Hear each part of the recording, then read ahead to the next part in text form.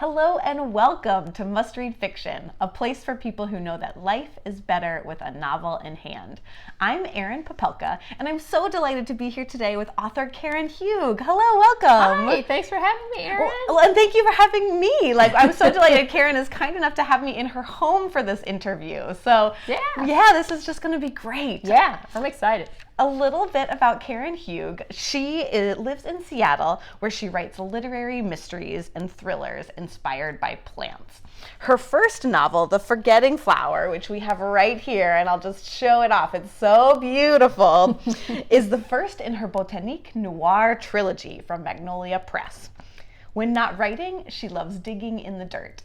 When not digging in the dirt, she hangs out with her husband, 3 children, and 4 pets. So we have so much good stuff to talk about. So let's talk about this book that I have right here, The Forgetting Flower. Please tell me about it. Yes. So this is what I call a literary thriller, and it's set in Paris, and it focuses on a young woman who hides a dangerous plant in the back of her plant shop. But she gets mixed up with mobsters who want its flowers. Oh, interesting. Because the flowers can make you forget a memory.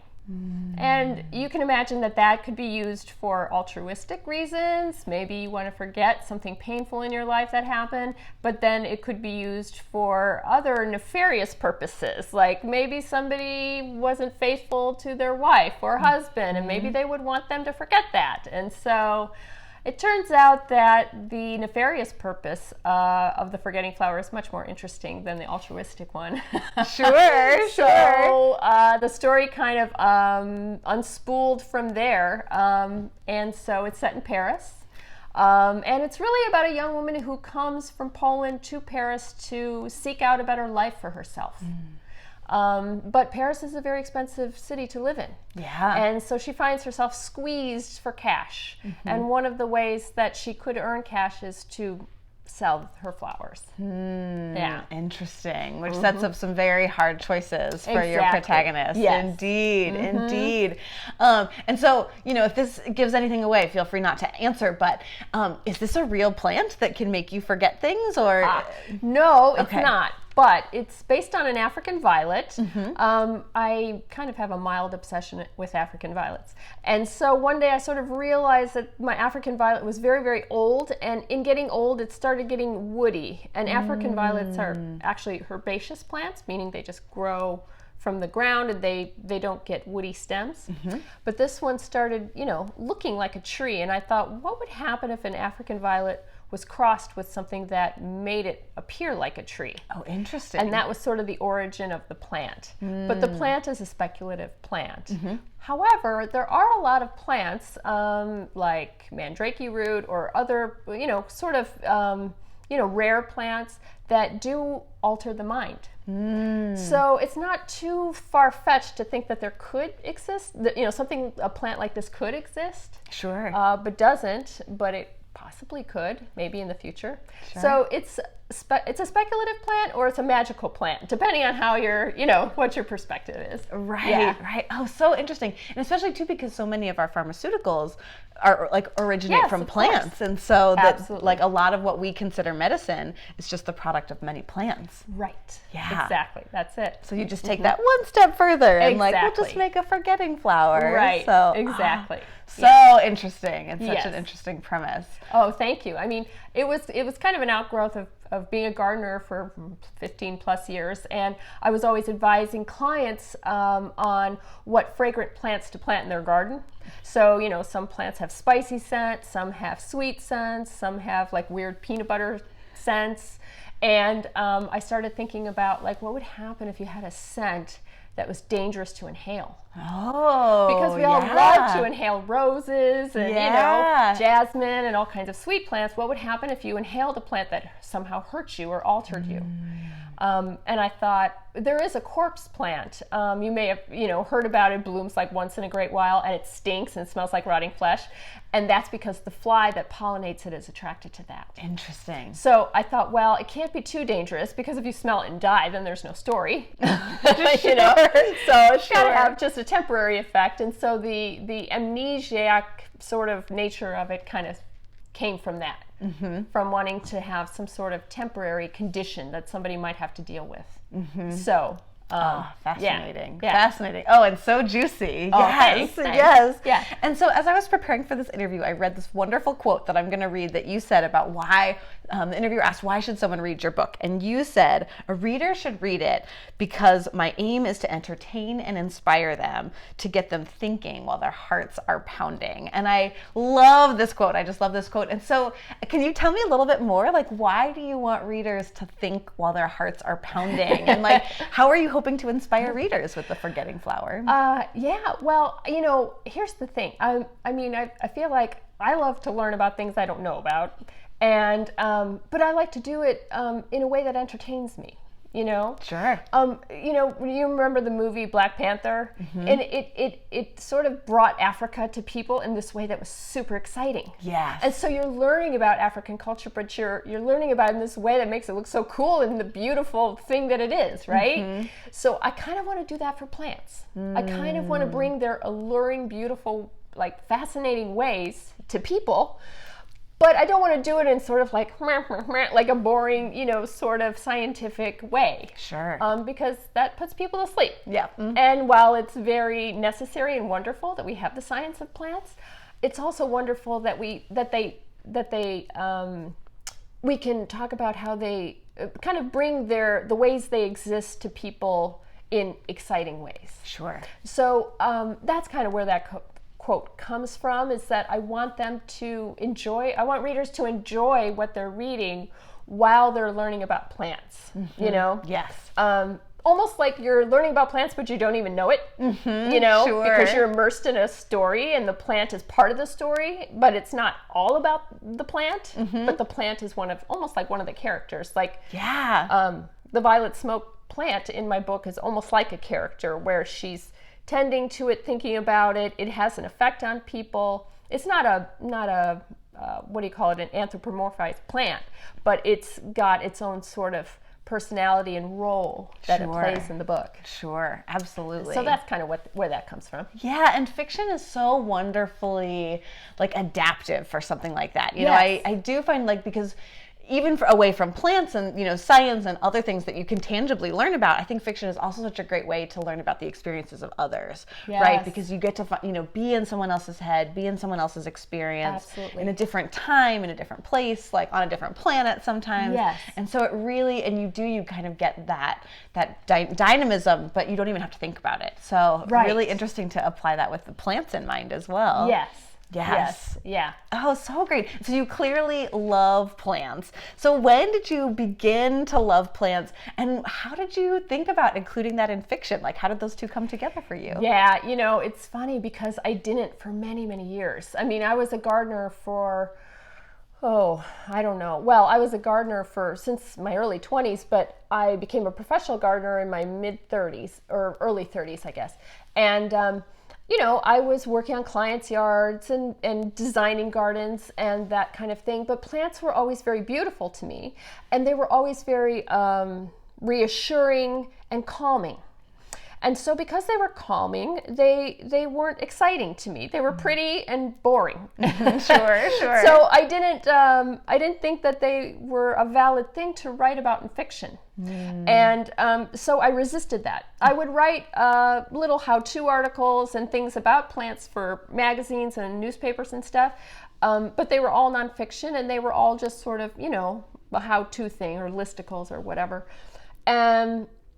And then when I sort of, I started thinking more about them when I started writing fiction during the off season, in gardening. Yes. My main work would happen between March and November. Sure. So in the winters I would always, be writing and kind of creatively writing, and I just thought, the danger of plants, plants have a way of protecting themselves, like cactus, Sure. It's a very basic thing. They have prickles to keep predators away so the predator doesn't eat them, right? Yeah. So plants can also be dangerous in that sense, and not in a mean way, but in a self-protective way, a survivalist kind of way. So that's what interested me about them. And then I started researching what books might have plants that were like that. And I couldn't find any. Oh, interesting. So I found books about plants that featured plants, some sci-fi and some other a couple of magical realist kind of books. But they didn't have the plants in there didn't have a dangerous element, so to speak, or it wasn't a plot-based book. Sure. Which is fine. But I realized that if I wanted to write some sort of crime fiction or some sort of a mainstream novel, maybe with thriller elements, I would have to write it myself. If I wanted to read it, I would have to write it myself. Sure. So it was sort of a natural outgrowth of that. I had worked on a thesis for my MFA program, and while I loved the thesis, I really loved this one scene where he poked himself with a thorn to kind of drug himself. And I kept thinking about that scene, and the novel was never quite right. And then I sort of ended up rewriting the novel from a botanist's point of view. And then it clicked. Then it felt perfect. Then it was like, oh yes, this is what I want to write about. And because I have hung out in wholesale nurseries and greenhouses and just hauled plants everywhere for many years, it felt right to me. It felt perfect, like this perfect marriage of what I knew with what I wanted to sort of discover. Yeah. Oh, fascinating. And what a fascinating, at the risk of doing too many plant metaphors, just like cross-pollination, right? That, you had this deep knowledge of plants and gardening, yes, and this deep knowledge of writing fiction and plot, yes, and characterization, and to have those two come together so beautifully, that's fantastic. Cross-pollination, that's perfect. This woman knows. Yes, indeed. Exactly. Indeed. Yeah. So you clearly love plants. And so do you have any favorite plants or any plants that have surprised you, and are there ways that you're thinking about sneaking those into future fiction? What am I thinking about? There are so many, my God, there's so many wonderful plants to grow in this world. Even if you live in cold areas, there's plenty of great plants. Do you want recommendations? Do you want, mostly what are you thinking? Just plants that sort of light up your curiosity, or, kind of with the forgetting flower, how that scent, ones where you're like, wow, I can't believe a plant can do that. Oh gosh, there's so many wondrous things that plants do. There's a plant called a Hellebore, which is very, kind of pertinent to our discussion right now in January when nothing is blooming in the Northwest, because Hellebores bloom in February. They'll bloom all the way from February to April. And it's sort of fascinating because they will stay evergreen. They will bloom in the freezing cold, and they're just fine like that. Amazing. And they bloom for the longest time. I'm talking months. Like I said, it'll start blooming in mid-February and it will last till late April. What plant does that? Totally. That's crazy. It's even a long bloomer a perennial over summer will have a defined season, and then maybe bloom again much later. But this Hellebore, Helleborus is the botanical name, will bloom for months. Wow. Which is a crazy, crazy idea. Right. In this early spring, late winter, these really unfavorable conditions. Right, exactly. Yeah. So that's very fascinating. And there's, many examples like that. Just plants, just the idea of bamboo. Bamboo will come up wherever the good soil is, which is really weird because it's almost like it has its own brain. Yeah. I have known people who had bamboo and it didn't grow towards the rocky, sandy soil. It grew toward their compost pile. Oh, interesting. And came up through their compost pile. Interesting. Because it could smell that good nutrient soil. Fascinating. Isn't it? Oh my word, yeah. So they don't have brains, but they sort of have their own kind of nervous system. And that is, that's what's fascinating to me, is that they know what's going on. They don't talk. They would be fine without us. If we didn't exist, they would do just fine. Sure. But really, too, also, plants are the only creatures, or I should say only living things on Earth that can produce their own food. We can't. Animals can't. But plants can. Sure. all they need is water and light. Yeah. And they're fine. Yeah. They're often doing it, you know? Amazing. And I don't know if you've ever heard of the book, The Hidden Life of Trees or The Secret Life of Plants, but those books talk about how plants adapt. And it's really amazing to think about that. You know, just you see it at home where if a plant kind of grows like this, you know, around an eave or something, Sure. you know, it's adapting. Or if it's, you know, growing in too soggy of soil, another shoot will come up in a drier area. You know, it's always adapting. It's always trying to survive. And those little teeny thought processes are happening all the time and we don't even know it. Mm-hmm. You know what I mean? Totally. I would love to have a like a fast forwarded film of my garden from when I started it to now. Yep. Just to see it, because you can see the movement in those fast motion, you know, movies. Yeah. Oh, so good. So just the idea that plants are doing their own thing. Yeah. They know what they're doing. Yeah. You know, they know how to cope. They're incredibly delicate and incredibly resilient at the same time. Yeah. So.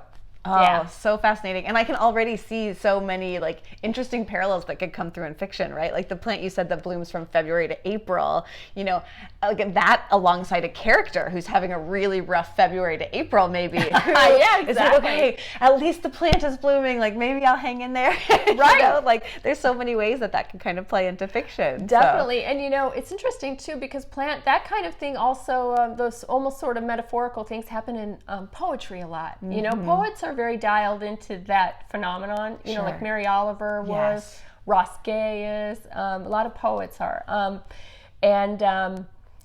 So yes, the possibilities are endless. I mean, I wrote an article for Crime Reads in November, which basically talks about what we're talking about, mm-hmm. Which kind of goes over that and how once I sort of did cross-pollinate these two worlds of mine, and I came up with so many ideas. It wasn't even funny. I still have tons of ideas. Amazing. You know? And so I don't know when or how I'm going to write them all, but I am working on it one by one. So yeah. Thankfully it's January, so it is the off season for your gardening. Yep, exactly. Indeed. So for any of folks watching who also might be really into plants or love their garden, do you have any book recommendations besides The Forgetting Flower? Pick up The Forgetting Flower, like other good books you'd send them to. Oh gosh, I do. And they're over there on the shelf, but I don't want to reach because I don't want to pull out our microphone. But, well, here's the thing. If you are starting out as a home gardener, mm-hmm. The best book to get is the American Horticulture Society A to Z Gardening Encyclopedia. Oh, fantastic. And the reason to get that is because you will have plants in your garden and you won't know what they are. And so you'll want to know what they are. And the only way you can find out is to look at the leaf patterns and the berries or the fruits. Mm-hmm. So if you have those, you can go to a encyclopedia like that and look through that for what your plant might be, mm-hmm. for the answers. Because that and it's very big. It's a very big A to Z book. Yep. But it has the botanical classification, and that's how we identify plants. Great. That's why you need Latin botanical names. Sure. Because a tulip tree in one part of the country is a Magnolia soulangeana, but in another part of the country it would be Liriodendron. So, you know, that's why common names are real tricky. So you would want at least a basic encyclopedia to tell you, okay, these leaves go in an alternate way, and this plant is about 4 feet high, and it gets red berries, not pink berries or blue berries. It gets red berries, and then you can find what your plant is. Amazing. And then that book also tells you what it likes, mm-hmm. and that's really the first thing I would recommend to people is find out where your plant grows naturally. Does it grow in the foggy mountains of China? Well, then don't plant it in full sun on the west side of your house. Sure. You know what I mean? Sure. So I guess I would recommend that because I have lots of books that I could recommend about the Northwest. Sure. But I know that we're all wider over. viewers Yeah. than that here. Yeah. But I will say, also the British gardeners are the ones who started cultivated gardening. That's why we have cultivated gardenings, for ornamental reasons, right? So Beth Chatto, Gertrude Jekyll,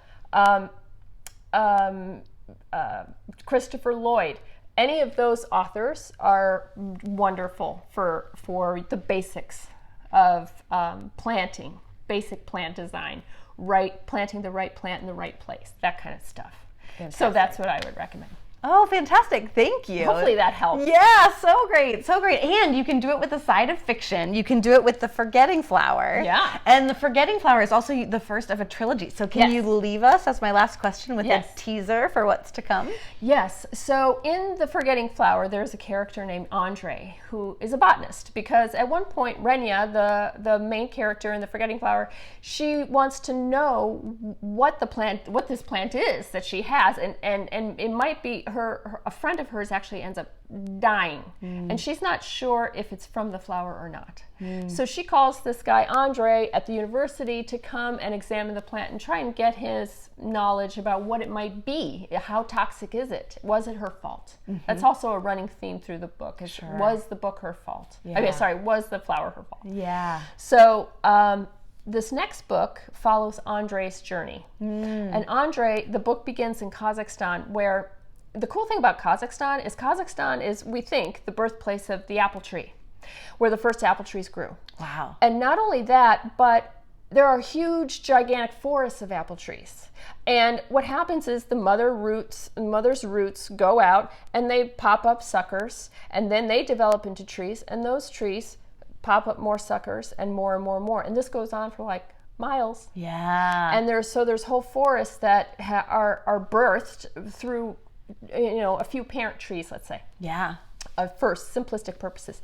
So Andre, and because of that, there's been a ton of cross-pollination, and so there's tons of varieties. These forests in Kazakhstan are very rich with all kinds of different varieties of apple trees. Amazing. So Andre goes and he finds a white apple that is a very medicinal apple that boosts the immune system.